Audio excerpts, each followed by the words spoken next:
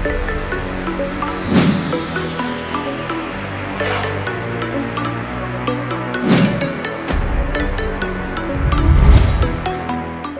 Hello welcome to వింతలు విచిత్రాలు. ప్రపంచంలో జరిగిన కొన్ని వింతలు విచిత్రాల గురించి ఈరోజు మనం చర్చించుకుందాం.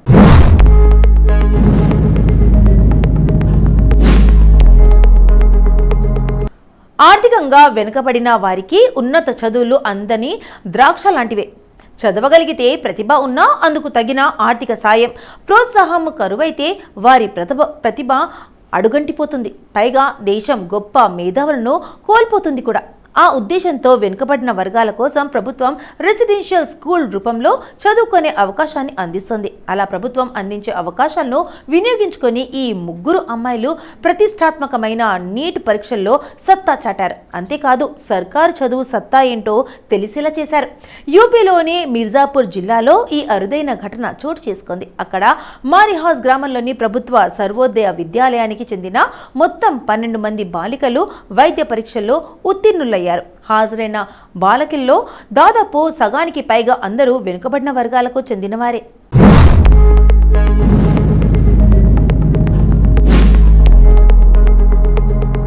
ఇక యూపీ సాంఘిక సంక్షేమ శాఖ నిర్వహిస్తున్న ప్రభుత్వ పాఠశాలల ఘనత ఇది.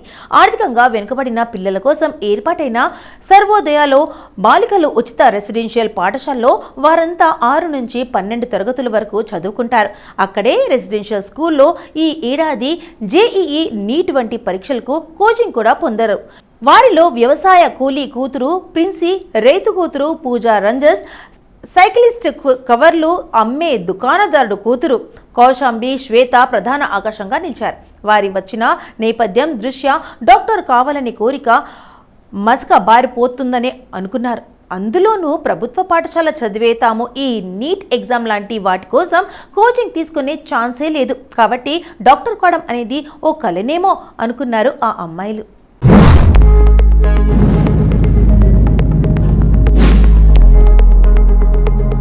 ఇక వారి అదృష్టమో లేక వరమో గాని నవోదయ పూర్వ విద్యార్థుల నెట్వర్క్ అయిన టాటా ఏఐజీ మాజీ నవోదయ ఫౌండేషన్ మద్దతుతో వారు ఉంటున్న మారిహాస్ గ్రామంలోనే నీట్ కోచింగ్ 2024 చిన్నగా ప్రారంభమైంది. అది వారికి వరమైన ఆ ఎగ్జామ్కి ప్రిపేర్ అయ్యేందుకు తోడ్పడింది. ఆ చిన్న ప్రోత్సాహాన్ని ఉపయోగించుకొని ఈ ఎగ్జామ్లో ఈ ముగ్గురు అమ్మాయిలు ఉత్తీర్ణులై తమ కలను సాకారం చేసుకున్నారు.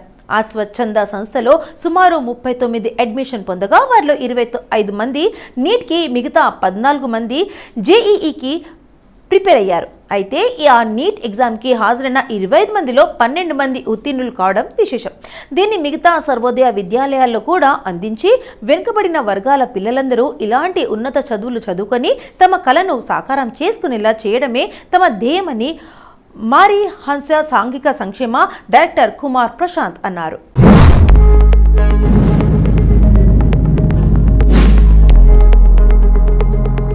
ఐసీసీ పురుషులు ప్రపంచ కప్ 2023 సందర్భంగా కోకా-కోలా ఇండియా రీసైకిల్డ్ పైట్ ఇండియా జెండాను రూపొందించిన సంగతి తెలిసిందే. ఇప్పుడు ఆ జెండా ప్రతిష్టాత్మకమైన లిమ్కా బుక్ ఆఫ్ రికార్డ్స్ 2025లో చోటు దక్కించుకుంది.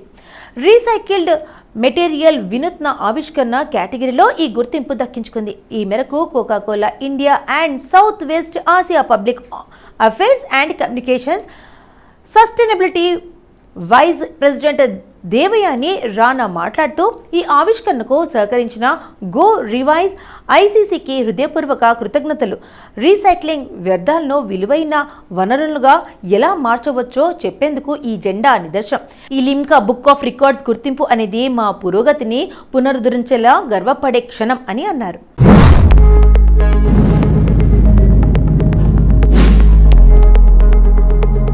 ఇక గో రివైజ్ వ్యవస్థాపకుడు యశ్ శర్మ ఇది పర్యావరణ బాధ్యతపై శక్తివంతమైన స్పృహని అందిస్తుంది. కాగా కోకా-కోలా ఇండియా మైదర్స్ సాఫ్ట్ ప్రపంచంలో భాగంగా ఈ జెండాను ఇలా వినూత్నంగా రూపొందించారు. దీన్ని 11,000 పోస్ట్ కన్స్యూమర్ పెట్ బాటిల్స్లో రూపొందించారు. ఈ జెండాని భారత్లో ఆడే ప్రతి ప్రపంచ కప్ మ్యాచ్ ప్రారంభోత్సవ వేడుకల్లో సగర్వంగా ప్రదర్శిస్తున్నారు నిర్వాహకులు. అంతేకాదు అక్టోబర్ 5, 2023 ప్రారంభమైన ఈ పురుషుల ప్రపంచ కప్ టోర్నమెంట్లో నవంబర్ 19 వరకు మొత్తం 19 స్టేడియంలలో సుమారు 1000 మందికి పైగా వాలంటీర్లు రీసైకిల్డ్ పెట్ బాటిల్స్ తయారు చేసిన సేఫ్టీ జాకెట్లను ధరించి ప్రేక్షకులకు స్టేడియంను క్లీస్ చేసుకుంటూ చూసుకోవడంపై అవగాహన కల్పించడం విశేషం.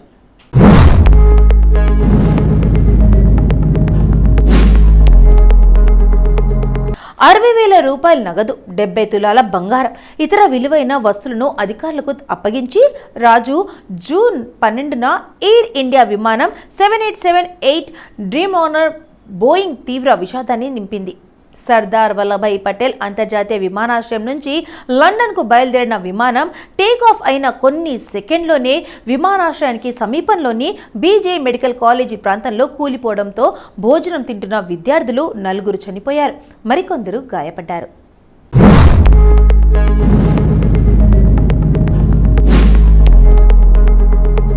ఇక ఈ వార్త తెలియగానే అహ్మదాబాద్ నివాసి రాజు పటేల్ మానవత్వాన్ని చాటుకున్న వైనం నెట్టింట పలువురిని ఆకట్టుకుంటుంది. ఆయన ప్రదర్శించిన చొరవ నిజాయితీ ప్రశంసలు దక్కించుకుంటుంది. అహ్మదాబాద్ నివాసి రాజు పటేల్ విమానం కూలిపోయిన సమయంలో భారీ పేలుడు శబ్దాన్ని విని ఉలికిపడ్డాడు. అగ్ని కీలకలు ఉవ్వెత్తున ఎగిసిపడ్డాయి. దట్టమైన పొగ ఆ ప్రాంతాన్ని కమ్మేసింది. హాహాకారాలు వినపడుతున్నాయి. ఇది విన్న రాజు పటేల్ వెంటనే స్పందించారు. తన వద్ద పనిచేస్తున్న సిబ్బందితో కలిసి ఆయన పరుగున ఘటనా స్థలానికి హాటుహూటగా చేరుకున్నారు.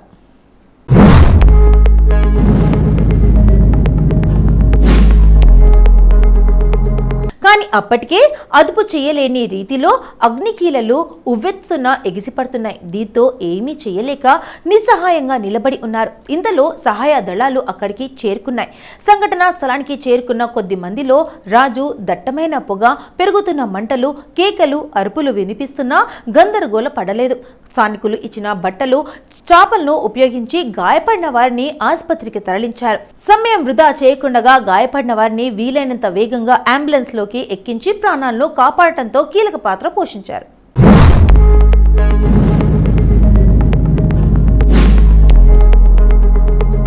దీంతో పటేల్ బృందం సేవలను చూసిన రెస్క్యూ అధికారులు వారిని రాత్రి 9 గంటల వరకు సహాయక చర్యల్లో కొనసాగమని కోరడం గమనార్హం. అంతేకాదు, సంఘటనా స్థలం శిథిలాల నుండి 60,000 రూపాయల నగదు, 70,000 తులాల బంగారం, హారాలు, గాజులు, మంగళసూత్రాలు, ఉంగరాలు, బంగారు ఆభరణాలు వెలికి తీశారు.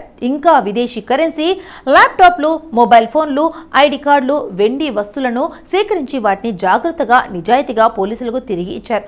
మొదటగా 15 నుండి 20 నిమిషాల వరకు తొందరగా దగ్గరికి చేరుకోలేకపోయారు.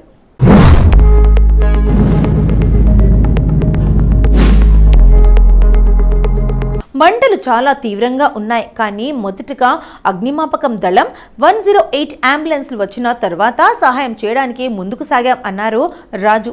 సమయానికి స్పందించడంతో పాటు ఎంతో ధైర్య సాహసాన్ని ప్రదర్శించి ఆయన చేసిన సేవలతో పాటు తాను సేకరించిన వస్తువులను ఎంతో నిజాయితీగా అధికారులకు అప్పగించడం నలుగురికి ఆదర్శంగా నిలుస్తుంది. మానవత్వానికి నిలువెత్తు నిదర్శనమైన రాజు పటేల్ బృందానికి హ్యాట్స్ ఆఫ్ అంటున్నారు నెటిజన్లు. ఆపద సమయాల్లో ఆదుకున్నవాడే మానవుడు, మహనీయుడు అని పేర్కొంటున్నారు.